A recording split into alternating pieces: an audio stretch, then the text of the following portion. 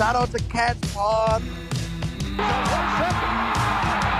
A good defensive play for Montana State. Touchdown, Tommy Malott is electrifying. Welcome to the Cats Pod. What's up, Podcats? I am still reeling off of what could be considered one of the best weekends of all time. How are you doing, Eric? Oh, the same, man. I've already rewatched. I was at the game, rewatched the game, and still can't believe some of the stuff that I saw. Yeah. To be totally honest with you. So many incredibly impressive plays throughout this game. It was really just a continuation of the greatness we've seen all season. Just another game of greatness. You know, I had this thought, and you know, we watch what Tommy Malott does. All of our jaws hit the floor. We always talk about it. Do you think that Tommy Malott thinks about what he just did or rewatches it on film or something, and he's like, "Oh, I didn't know I could do that." Or because every time we watch it, we're like, "Well, I'll be." You know? I didn't know he could do that. That was pretty impressive. You know, he does great thing after great thing, and then we're still impressed when he does another thing. Like, I don't know what it is. But I would be curious to know if he is surprised by himself every once in a while. Yeah, I mean, some of the stuff that we saw on Saturday was so clutch, so impressive that it's just you got to wonder if he even realizes he's doing things that are that impressive, or if he has to rewatch it and realizes just how impressive it was. I don't know. Just judging by the way Tommy is in all the pressers and everything like that, I can guarantee Tommy spends one time watching through the game and watches the highlights actually, and then the rest of the time he's looking at little tiny mistakes that he made throughout the game, or he's picking himself apart, like, oh, I could have done this better, or I could have put this in a little bit better spot, things like that. I feel like that's the way Tommy is. Yeah, for sure. No, it was, I don't know, man. I'm still reeling from it. I cannot wait for the next game. 1-0, baby. This is going to be the longest wait of all time. Yeah. You know, I remember it in 21, and it was like, I don't know. It's just like, we're back, baby. We are back. Tommy gets another crack at it. Brody gets another crack at it. Vigen gets another crack at it. I mean, I don't know. I don't know how we're going to make it through, Ben. I really don't. The revenge tour continues, and this feels a lot different than it did in 2021, and I feel like the wait is going to feel a lot longer than it did in 2021, mainly because just speaking for myself, I guess, in 2021, it felt like we were just lucky to get there. Yeah. It was just exciting that we're like, oh, we're in the national championship, and there was no expectations for us to be in the national championship. So we could just be like, okay, we're playing with house money. No pressure, you know? Exactly. Yeah, I think that's the main thing is we weren't necessarily supposed to be in that situation, yet there we were. And this year, it kind of feels like these seniors and Vigen himself, this is kind of the defining moment of changing everything about the Montana State program. Oh, yeah. They want just as bad as everyone else wants the Cats to be a dynasty going forward, you know, a perennial favorite, kind of like what North Dakota State has done. Yep. That's the reason why you bring in a coach that's from a system that created a dynasty, is because you're getting that DNA from that school, and you're learning what it takes to actually make this a year-by-year success story, even just starting now. Yeah, this is the real start of whether or not the Bobcats have a dynasty, you know? Yeah. You know, before we get into any game action here, I feel like there's one major thing that's kind of come about in the last 48 hours that we should discuss. There are a ton of rumors swirling about Vigen and a potential departure. Okay. And that, you know, the destination being possibly Washington State. I mean, there's there's absolutely no like legitimate proof that that's a thing.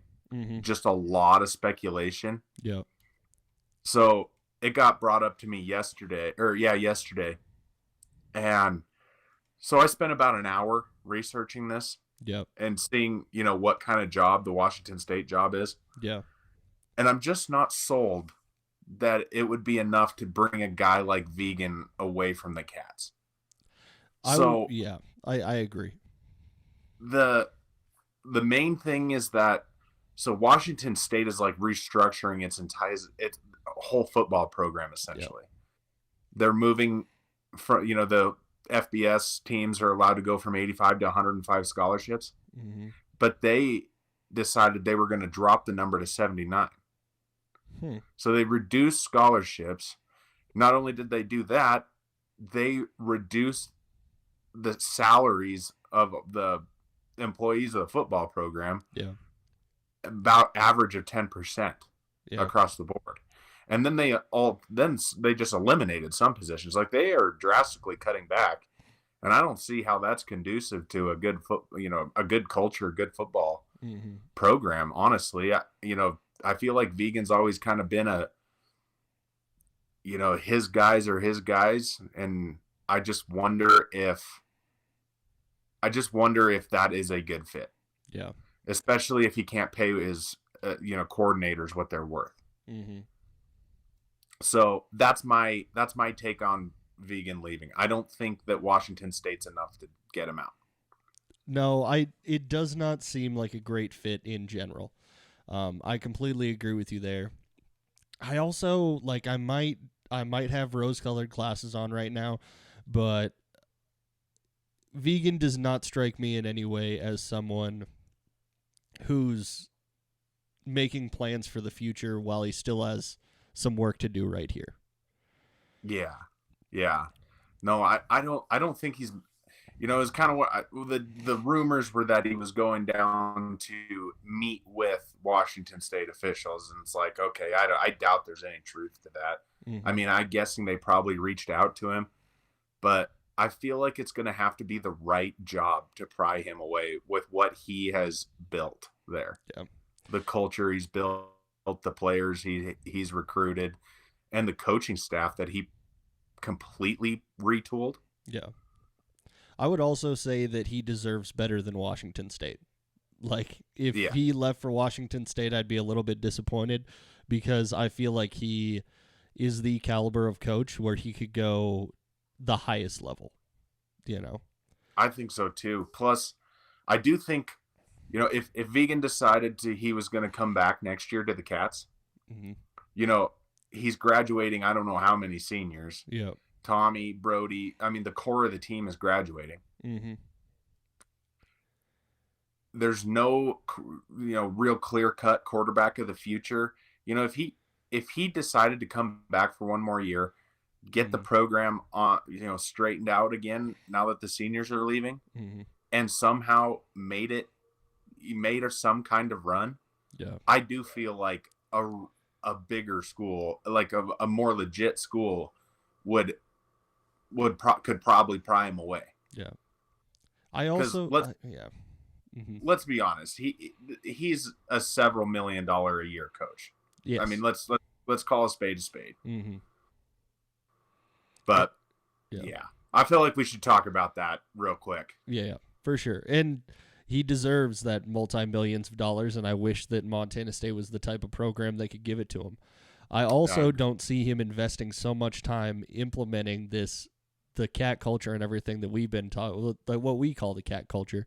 I don't see him taking all that time, getting all these guys invested, and there's guys that are still going to be on the team next year who are just as invested in this culture. I think the culture will continue on past this year, even without the seniors that we have in place. Those are major losses, and I'm not trying to downplay how big a loss all of those guys are to the team when they move on and they graduate.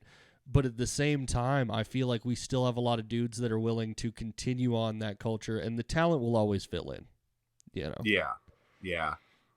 I feel like the staff he put together this year in their specific spots is, kind of next level, and Yeah. I feel like naturally Daly is the guy in waiting. I feel like I feel like Vigen proved that bringing guys within the program, not going outside, is the ideal way to structure a football team. Because look what they did this year with a whole new coaching staff. Yeah. I mean, not a whole new coaching staff, but filled all these positions with new faces. And granted, they were from within the program, but still, I mean, it's all new jobs for these guys, and boy, I mean, pretty easy to say it worked. Yeah, they've done about as well as you can do. I don't know how you do any better than this situation right now, which we should probably actually talk about the football games real quick, A little bit of a tangent. Okay. Yeah. Also, one last tangent before we go. We're going to have a little special episode coming out for you guys because we tried to record immediately after this game, and we were both a little bit too jacked up from the win. I'll call it that. Yes. We were trying to go way too fast. The audio levels on the episode are horrible, I can tell you that. We are not balanced at all, and that is mainly my fault. But at the same time, we also had the batteries die in our soundboard, so we only had 15 minutes of actual audio, and then the rest is us talking in silence, the rest of the time. So you guys will have a special Christmas Day episode where you get our unfiltered reaction, basically, to the game. Yeah. That'll be coming out later. Yeah. I think we were definitely way too excited to be recording. There is no doubt about that. Oh, yeah. But it should be a pretty decent listen. Oh, yeah. I think that Cat fans will really enjoy it. Anybody who's listening to this who's not a Cat fan, which I don't think those people actually exist, they probably wouldn't enjoy it so much. Yeah. Okay. Yeah. And on to SDSU, NDSU, huh? SDSU, NDSU. What looked like a great game. We didn't really get to watch any of this game live because we were way too busy getting ready for the Cats game. But following along with the score and everything, I think I was a little bit right that the scoring opened up some in this game. Definitely a lot more scoring than the last time they matched up. Yeah, definitely a lot more scoring. I do think that, I don't know, I think the second time they played each other, they figured out a better game plan to kind of take it to one another a little bit more. It's just not really what I expected from South Dakota State, to be totally honest with you. No. I'm not sure why they decided to keep it off the ground. Yeah, it's tough. They ran the ball 40 times, passed it 26. It does seem like a majority of their success has always been on the ground, though. Well, and the only reason I say that is 15 of the rushing attempts were Gronkowski. Yeah, when they have two extremely talented running backs. I mean, that Amar Johnson's a stud, but that Chase Mason, the fact that he only got 3 touches is kind of wild because he's the only reason they were even in the game last time. No. He has insane speed. So I was a little shocked that they didn't try and feed those running backs a little bit more. I wonder if that is a little precursor for when we start talking about the game plan for the Cats. Because if you're forcing SDSU to go away from their running game, it must have been getting stopped at some point. And I've watched some breakdowns of the game film and everything, but I haven't watched the entirety of the game.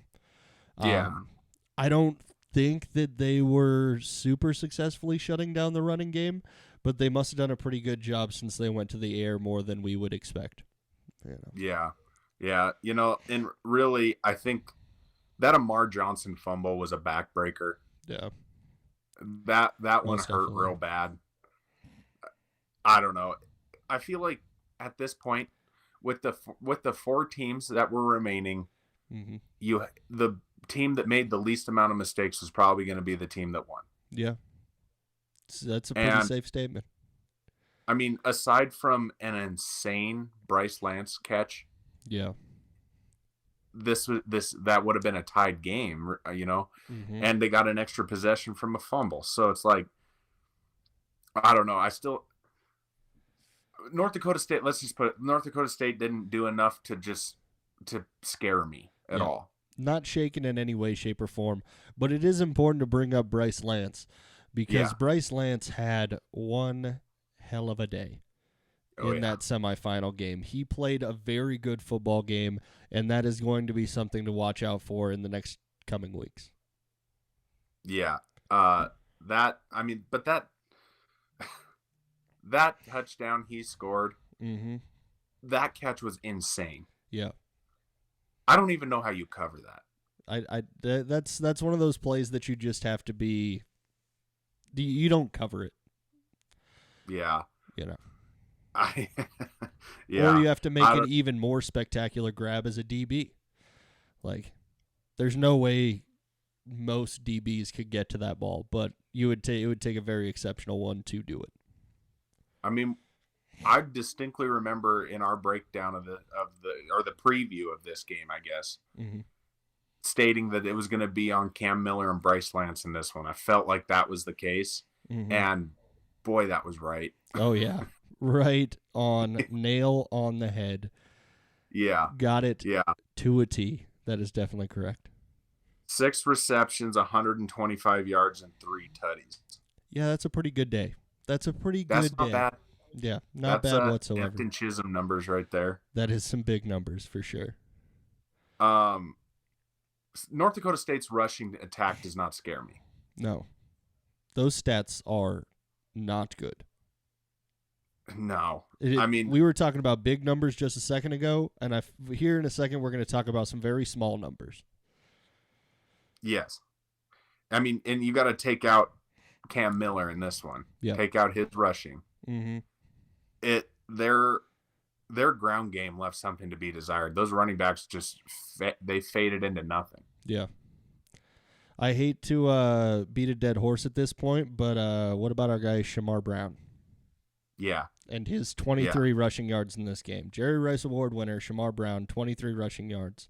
And I know they're playing against a very exceptional defense, but that still doesn't change that if you are that guy, you're supposed to make those plays. I'm going to give you a quick little stat I saw. So, South Dakota had given, in the 3 big matchups previous to the Cats, Mm-hmm. they had given up 170-some yards to Wisconsin. They gave up 166 to both SDSU and NDSU. Mm-hmm. 222 to the Cats. Yeah. That's pretty impressive. Oh, yeah, it definitely is. So, all I'm saying is that I wouldn't be worried about North Dakota State getting you on the ground. Mm-hmm. Control Bryce Lance and minimize Cam Miller as best you can. It seems like a pretty good game plan. Always easier said than done. But that's, I mean, this offense is pretty, I mean, it's Cam Miller, it's Bryce Lance. Yeah. At least that's what we've seen in the last few games. There's not been a lot of other players that are making huge impacts outside of those guys. And that's what they turned to against South Dakota State. Mm-hmm. That's where they went. Their hardest game of the season, they decided they were going to ride the shoulders of their 2 best players. Yeah, and that's what you got to do in these situations. Is you gotta rely on your studs, And we saw that not earlier on in the playoffs, but in this semifinal game, the Cats relied a ton on their studs. That's what it takes to get to a national championship. Definitely. Like you said, though, it just doesn't scare me a whole lot. Pre-game, every single person that I talk to, when I ask them the question, would you rather see SDSU or NDSU in the championship? Every single person said NDSU. Yep. This is the game that the Cats want. This is the game that the fans want. This is the matchup that we like a lot better than against SDSU. I think we would be fine either way. Not saying I don't, but this is the matchup that we want. I mean, I feel like part of it is there is unfinished business with North Dakota State. So much unfinished business. Yeah. Between the 2021 championship, what happened last year in the semifinals, Mm-hmm. you know, there's definite unfinished business with that team. And if you saw the post-game pressers for the Cats, Yeah. they didn't say anything. There's no bulletin board material, but you could Mm-hmm. tell they Oh, were yeah. all right with that matchup. Yeah. They're too disciplined to give the other team too much to talk about, but ever since that game against NDSU last year, that has been a major chip on the Cats' shoulders, and it's a major point that's brought up all throughout the preseason and many times throughout the season. So they don't have to say it; everybody knows. Yep. Yeah, that's the thing, man. It's North Dakota State. It is, the Dynasty Bison, Mm-hmm. and it is a special thing to get them. Yeah, it is a very special. It's also just another point. I hate trying to be this guy, but at the same time, team of destiny situation. When you talk about storylines and you talk about when things feel like they're meant to be, Mm-hmm. for Tommy to come full circle and play against NDSU again in a national championship, it just feels like it's meant to be. It feels like this is the way that things were supposed to end up in order for this all-time story to get its final chapter. Yeah.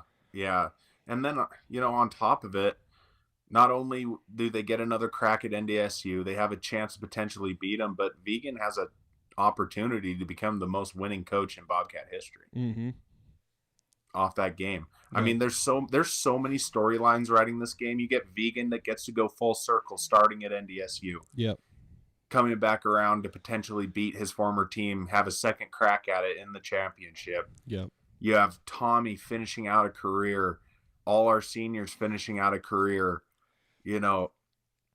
There's a ton to look forward to on this one. Oh yeah. But I am a little surprised that as South Dakota State, I thought with everything in me that South Dakota State would win this game. Yeah, I felt very similar about it. We both picked SDSU. Yeah. Yeah, we only went 50-50 on the week, Ben. That's not very good. Yeah, that's not very good, but it probably evens out to our season-long average. Yeah. Probably about 50-50 on all the picks that we make, Luckily, people come here for our hot takes and our hilarious jokes, not for our bubbly personalities. Yeah, they come here for the bubbles in the personality. That's why they're here for sure. Yeah. You got anything else on that game? No, I think we're good on that game. The catch at the end, I think it should be pointed out that a lot of people are finding that very questionable, and I'm one of those people. It's a very close call. It's a very hard thing to overturn when it's called a touchdown. I do believe that he made the catch, but it's very, very close. Very, very close. And the fact that the entire game was staked on that, and honestly, the entire game wasn't really staked on it. There was still 4 minutes left. Yeah. SDSU had a chance to get the ball back. They had a chance to go out there, tie the game up so that they could win the game, and they didn't do it. NDSU shut them down at the end, and that's what matters. They made the winning plays. Yeah. No, I agree. That was, could have been seen as a questionable catch there. But like you said, they absolutely had every opportunity to go down there and keep the game going. And you kind of just wonder if when they called that a catch, if it just took too much out. Yeah, too much wind out of the sails. Yeah. Yeah. Let's talk about the cool game. Oh, yes. And this was such a cool game. Yeah. This was maybe some of the most fun I've ever had at a Bobcat game. I know I keep saying it. At first it was, New Mexico was the best game with that comeback, was the best game I'd ever been to. But then, we had some really good ones during the season, but that Idaho playoff game was nuts. Yeah. That was so much fun. But this one, and maybe it's because, it was punching our ticket in. Mm-hmm. But boy, that was fantastic. I mean, the things we got to see from Tommy in that game. Oh yeah, very, very special game. by him and by a lot of members of this team. It did feel a lot different than any other Cat game I've ever been to. I didn't get to go see that Idaho game, so I can't really speak to that one, but I can tell you right now that my feet and ankles still hurt very, very much. And that was because of all of the excitement going on throughout the game, all the jumping in the air, all the meeting with people during tailgates. You know, I am a sore unit. I feel like I put in 4 quarters for this team. You know. Yeah. You know what I really love about this game specifically is that they never tried to get nothing was ever cute. Mm-hmm. They played Montana State's brand of football from the very beginning. Yeah. Highlighted by, there was some really, really nice passes in there to Taco and Ty. Mm-hmm. But like you said, we really put it on the backs of our stars in this one. Yep. Tommy Definitely. took over. Adam Jones, Scottre had that real nice touchdown run. Mm-hmm. And then Taco Dowler and Ty McCullough is just, I feel like it gets a bit underappreciated what Ty McCullough is able to do. Yeah. I mean, this was the first time he's caught a pass, on third down when he wasn't like right at the sticks. Yeah. That was a bit uncharacteristic because he is generally an automatic first down. When Tommy needs that one, he's almost always right there. Yeah. And what he brings to the table is just, and I feel like that's just because he's a veteran, a leader on that team. He understands where he's got to be. Yeah. Like his value to that team, I think, gets a little overshadowed by how crazy the run game is. Yeah. It's just because he doesn't get as many true reps as you would expect to see out of a wide receiver of his caliber, which is also to speak towards his decision to stay with the Bobcats. Because you got to know that there was offers elsewhere. There was places where he was going to get a lot more looks, where he was going to get a lot more targets, and he chose to stay with the team because he believes in these Bobcats. The same way that we do, or the same way that everybody on this team does. Yeah. Yeah. And we definitely got to give South Dakota some love here. Oh yeah. They are a talented football team. Yep. That running back, that Tice, that dude's very good. Yes. He is a slippery little bugger when he gets the ball in his hands. He is tough to tackle. And really the main thing is their defense is really good. Yeah. Their defense made some spectacular plays throughout the day. That's for sure. And it just, and it's kind of, when we broke this game down, we kind of thought this was going to be one where, it might be close going into halftime. Then the Cats would just eventually wear them down. And I think that's exactly what we saw. I think they just, there were some spectacular plays, but they just out-physicaled a very physical football team. Yeah. Tice was like the most reliable safety valve of all time because it seemed like everything would be covered. They would have what would be on any other team a sack, basically. Also, shout out to their offensive line because they held up on a lot of plays. You know, they gave him a lot of time. He could go through every single read that he had and then dump it over the middle to Tice, who was just waiting in open space. And then Tice would go make some guys miss, and he'd get a first down on a lot of those situations. So they did play great football, but there was also a lot of situations where the Cat defensive line, even though they were being blocked very well, still made plays because that's what you do when you are that level of team. Dude, Kenny Iden is the second coming. That dude is legit. Kenny Iden's sack in this game was insane. It was so good. It was such a good time for a sack too. Mm-hmm. He is a force. Mm-hmm. Let's just put it that way. That dude is going to be very, very good. Mm-hmm. Honestly, I just thought it was a really good effort from the entire defense, but specifically the way Coach Daly was adapting to what he was being given is what I think the difference is between this team and the rest of them. Yeah. Like the rest of the previous teams. I feel like Daly's ability to scheme this defense around and create the opportunity to get sacks and get guys breathers and whatever else that he actually does over there. It's not just running the same thing over and over again and expecting a different result. He is a fantastic defensive coordinator. Mm-hmm. I mean, a lot of the rushing yards that we saw in this game all happened in the first half.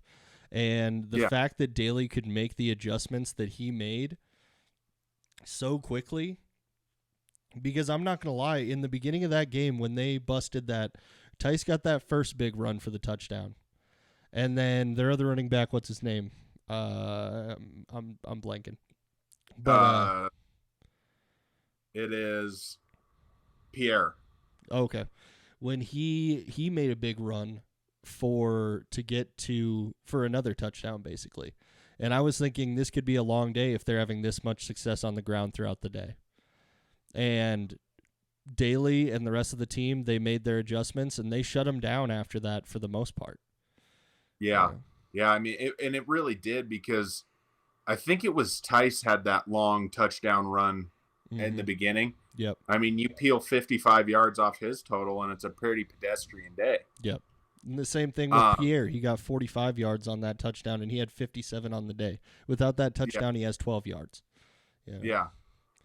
I mean, it's and I, you never want to see somebody break a long one off against you or anything. No, but the fact that they are able to overcome that and figure out ways to stop that from happening for good. Yep. Is really impressive. And I mean, the whole defense stepped up in this one. I mean, if we're being honest, what the DBs did in this one was they didn't give up a touchdown. Yeah. That's very true. The only touchdowns were on the ground. The DBs really, I mean, it's a little inflated with 236 yards. I mean, that generally says that you had a pretty good day. Yeah. That was just because we were scoring and giving them more possessions. Mm-hmm. And a lot of those yards were off those glorified screen passes that I was talking about, where they dump it 2 yards over the line to Tice, and then he makes some plays and gets like 15 yards. Yeah. I mean, even that Carter Bell, that kid's a stud. Oh, yeah. He was pretty limited in this one. Definitely.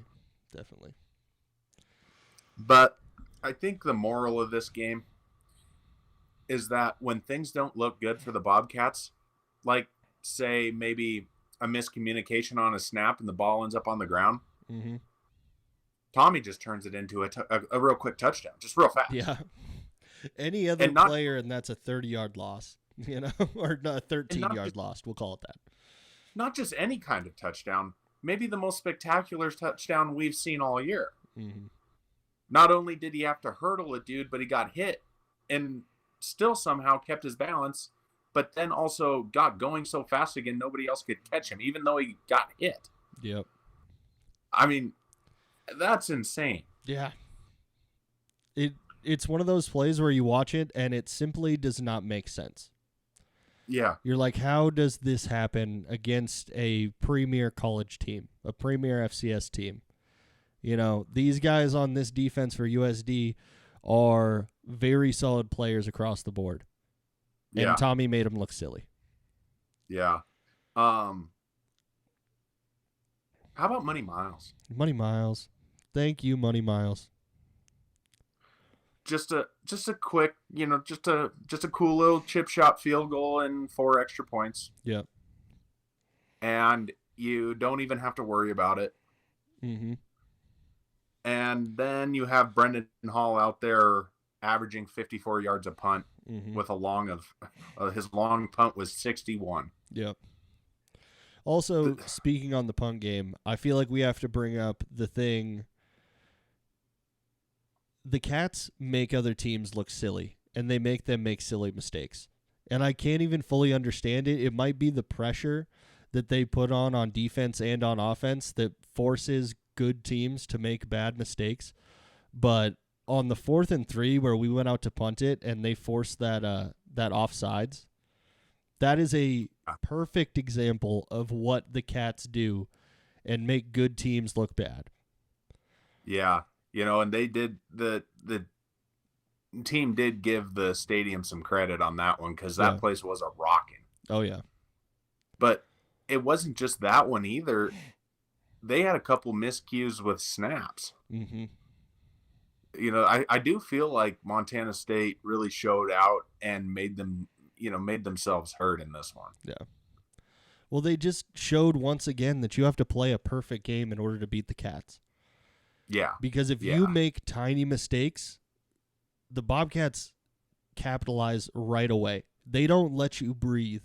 They hit you with that cross as soon as they move on your jab.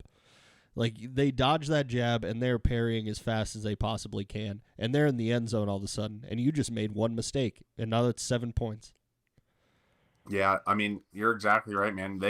If you play the Bobcats, you cannot make a mistake because the Bobcats have this uncanny ability to capitalize on things. Yeah. And, I mean, there's a reason that they're the number one offense in the red zone. Oh, yeah. They very rarely leave the red zone without taking points with them. Mm-hmm. Very rarely. Yeah. One time during this game, right at the end of that half where we got that field goal, but that's also not the biggest loss in the world because you got Money Miles. Yep, Money Miles is going to come out. But, I cannot come up with anything that I thought could have been better in this game. I really can't. I mean, I love the ability to adapt honestly on both sides of the ball. Defense did it. Yeah. Offense, when South Dakota's defense started clamping down a little bit, they figured out a way to, get things going. And, Tommy is he is the best player in the FCS. And I feel like they're just kind of unleashing him right now. Let him go make the plays that he needs to make. And, there's been lots of people talking about Tommy being the smartest player. And boy, I sure can't argue that. No. After what I saw. They talk about it, how he's the smartest, but also some people forget about how tough the dude is just because he's been playing so smart and he hasn't been putting himself into situations where he needs to show off that toughness. That attempted hurdle at the goal line. Yeah. It tore at my heartstrings for a second. I was like, don't, okay, just pop right up, Tommy. I don't like it. I don't like it, but also I admire it. I admire the fact that he went for that. I admire that he gives up his body for the team and he realizes the moment and was like, everything's on the menu today. Any way I can try and get into the end zone, I'm going to try and get into the end zone. The only gripe I have with the game at all is after the game, there were all kinds of, anti-cat people posting a picture of somebody holding one of the South Dakota defensive players. Yeah, there was a lot of that. I just want to clap back at that by saying, shove it. Yeah. Because Brody Grebe is the most held player in all of college sports, and it's not close. Yeah. And Brody never complains about it. Even you can rewatch it. There's constantly jerseys getting pulled. They got arms around him, whatever. 95% of the game, his shoulder pads are outside of his jersey. Yeah. He never even puts his arms up most of the time. He's so used to it. Mm-hmm. And so used to it not being called. He doesn't even make a big deal about it. But there was one in this game where he got held so bad, and it was right in front of the ref. He gave a little shoulder shrug, and it's like, that might have been the worst one of the game. Or maybe when Rohan got horse collared to the ground on a pass play. Yeah. I don't know. That one was pretty bad too, but there's always plays where you can make picks like that, and you could pick apart every single game and take one little screenshot of the game and make it look like, oh my God, they missed so many calls in this game. You could call holding on, 90% of plays if you just hit pause. You could point out where somebody on that field is getting held. except for if you're the Bobcats O-line, they don't have to hold. They're better than everyone else. Yeah, that's also true. Also true. Yeah. I feel like we haven't made a big enough deal out of Taco's game because Taco had one heck of a game. Just that initial touchdown right off the bat, it was like, okay, the Cats are right in this thing. They're not going to take a while to warm up. There's no slow start in this game. Beautiful play design, bringing Rohan over to get rid of the safety and then hitting Taco over the top because of that gap that was created. Beautiful play design, but also a perfectly ran play and a perfectly thrown ball. You know. Yeah.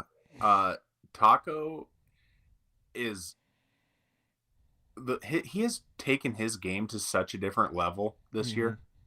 I mean, he's always been, that guy that gets you hard yards, sure hands. Mm-hmm. But boy, he is on a different level right now. Yeah. I mean, I'm not sure there's anybody I'd trust more to go get me a touchdown like that than Taco. I mean, he is a shifty, amazing route runner with incredible hands. Yeah. He's going to be an amazing player going into the future too. He's definitely one of those players to keep an eye on as we keep going on throughout the years. Yeah. Yeah. I don't know, man. Was there any more special way to end a game than Brody Grebe pouncing on a fumbled ball? Yeah, that felt right. This is another one of my Team of Destiny things, okay? Everything is just working out in this perfect way for the Cats. Brody gets on that ball right at the end of the game, his last game in Bobcat Stadium, and he gets to run down that field with the ball in his hands knowing that they've won the game. Yeah. That was pretty cool. From a fan's perspective, that's exactly what you want to see is your studs making plays when it matters the most. And for him to get that ball and, he treated that play like exactly what it was, a absolutely massive deal. Yeah. And I was so happy to see him celebrate. Yeah. And right on cue, there goes the song. Yeah. If you're going to play in Texas, Yep. No, that was pretty darn cool. And I absolutely love the video of President Cruzado, kind of hopping into the locker room there, and the whole locker room just goes ballistic. Yeah. One of the coolest people out there, Yeah. I don't know, man. There's stuff we're forgetting about talking about right now. Oh, yeah. There's always so much. All I know is it was pretty darn special, and I cannot wait to go to Frisco. Yeah, it is going to be the longest of 2 weeks in order to get to this game. Oh, it was just it was everything you could ask for and more, just everybody seeing all the excitement from so many fans that haven't seen something like this and in so many years, haven't seen a team like this in so many years. It just feels really special because there's a lot of Bobcat fans that are a lot of people that are older than we are who went through all of those years of just being tormented, winning 2-3 games a year, and having all of that culminate in a season like this is why you are a sports fan. These are the moments why everyone loves sports. Yeah, no, it's exactly right, man. I mean, I cannot wait to be down there. And I, of course, am not going to be around the team at all or anything, but I cannot wait to be down there in Texas and see everything unfold with my own eyes. Yeah. I mean, there's something special about that. And like you said, it just, something feels different, just a little different than it ever has before. Mm-hmm. Yeah. It's a very special situation, and I'm very excited for it. Is there anything else that you wanted to bring up about this one? I mean, we have 2 weeks to talk about everything, so I'm sure whatever else I have, we can bring up the next time. Oh, yeah. We will be giving you guys plenty of coverage over the next couple weeks, getting ready for and previewing this championship game. We will be doing a deep dive probably into the entire season for NDSU and whatever we can try and pick apart. And we get to just reflect on how great this undefeated season has been, Yeah. Yeah. I mean, there's quite a, I mean, we've been so caught up with what the Bobcats have been doing. Yeah. We haven't talked about any transfer portal stuff at all, which is kind of a breath of fresh air, if we're being totally honest. It is. After last year, there was a lot of transfers coming out of Montana State that was not very fun to talk about. No. But there's quite a bit to talk about there. Some new coaching hires and whatnot. So we got lots of content for these upcoming weeks. It'll be pretty fun to talk about, I think. Also, once again, every time that we get to make our way to Bozeman, thank you to everybody who approached us and said you love the show or told us that you listen and everything. It means a lot to me, and I'm sure it means a lot to you as well, Eric. Yeah. Oh, yeah. Yeah, it's pretty cool to hear people that actually appreciate it. I mean, we're just doing it because we like the Bobcats, and we like to escape for a beer, too. So, yeah. I had one guy come up to me, and I thought this was pretty funny. He was talking to me for a few minutes, and then he looked at me, and he was like, "You laugh just like you do on the podcast." And I was like, "Why would I laugh any differently?" Like it's just the same laugh, Yeah. It's pretty cool when people actually reach out. Definitely. I feel like I can give a little hint at what my bet is going to be for January 6th. What are you feeling? Cats. Points. Cats. 100%. Points. Whatever the point spread. I will be putting 2 bets, money line, spread. Yeah, doubling down. You got to at this point. I don't care what the odds are or what the points are. I don't care. Just in case any of the fans are worried, I won't be betting. Just so that you can have that peace of mind. I won't be betting. I will make sure you bring that up every time on the air from now until then. Okay, sounds good. Yeah. I don't want them to get too worried. Don't want them to get too worried going into this championship game. We don't need any of that bad Benny juju. No, we do not. That is definitely something this team doesn't need. The only person that could jinx this team is one Mr. Ben Christians. That's it. Yeah. I will say I'm not a big on the whole superstition thing.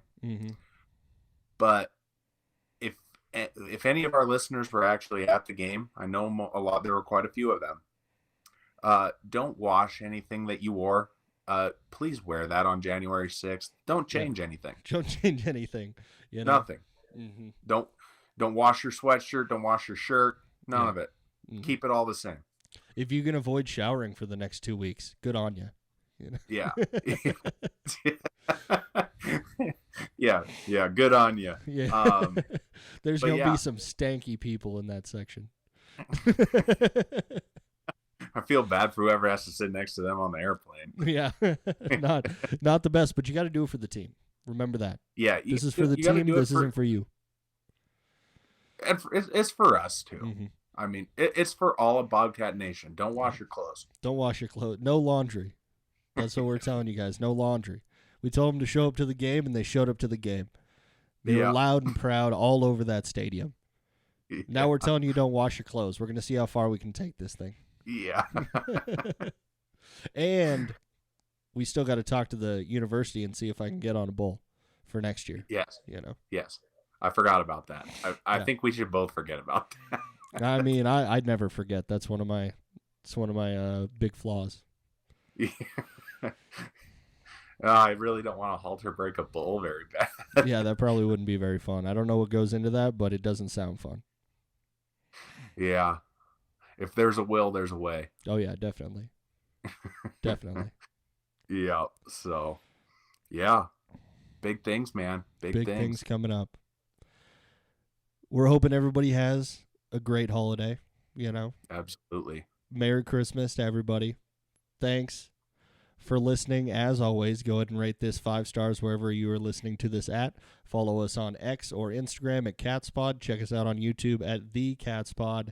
And we will be dropping our special Christmas Day blooper reel later this week. and then we'll catch you to preview this championship game. Adios.